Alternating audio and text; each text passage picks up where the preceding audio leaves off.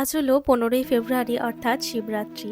12 মাসে 13 পার্বণ হলেও শিবরাত্রির প্রতি যেন একটা আলাদা অনুভূতি, আলাদা টান। শিব হলো শক্তি, শিব হলো শান্তি, শিব হলো আদি অনন্ত, শিব হলো সৃষ্টি, শিব হলো ধ্বংস। দেবাদিদেব মহাদেব হলেন আশুতোষ, যিনি সামান্য ভক্তি, একটা বেলপাতা এবং 2 ফোঁটা জলেই সন্তুষ্ট। কৃষ্ণ চতুর্দশী শুরু হচ্ছে আজ বিকেল মোটামুটি 4:50 থেকে। আর এখন তো বিকেলবেলা হয়েও গেছে, তাই স্নান করে আমি চলে এসেছি ঠাকুর ঘরে সমস্ত পুজোর জোগাড় করার জন্য। এই শিবরাত্রি বা অন্যান্য পুজোর উপোসের বিস্তারিত তোমরা আমার কাছে জানতে চাও। শিবরাত্রি হোক কিংবা জন্মাষ্টমী, আমি কিন্তু নির্জলা উপোস করা একদমই বন্ধ করে দিয়েছি, কারণ পুজো মানেই বাড়িতে থাকে প্রচুর কাজ। গত জন্মাষ্টমীর সময় নির্জলা উপোস থেকে সমস্ত কাজ আর বাড়ির পুজো সামলাতে গিয়ে শরীর ভীষণ খারাপ হয়ে গেছে। যার উদ্দেশ্যে উপবাস থাকা, দিন শেষে শরীরের অসুস্থতার কারণে তার কাছে যদি প্রার্থনা না জানাতে পারলাম, তাকে পুজো নিবেদন না করতে পারলাম, তাহলে তার অর্থ কি হলো বলো? তাছাড়া উপবাস কথার অর্থ কিন্তু না খেয়ে থাকা নয়। উপবাস মানে হলো তার কাছাকাছি বসবাস করা বা তার সংস্পর্শে থাকা।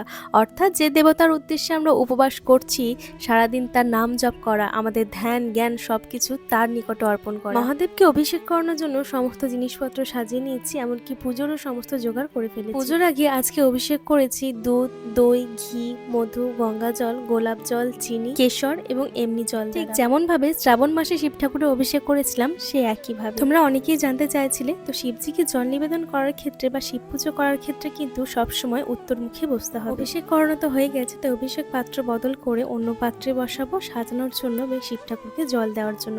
বাকিটা কিন্তু নেক্সট পার্টে নিয়ে আসবো।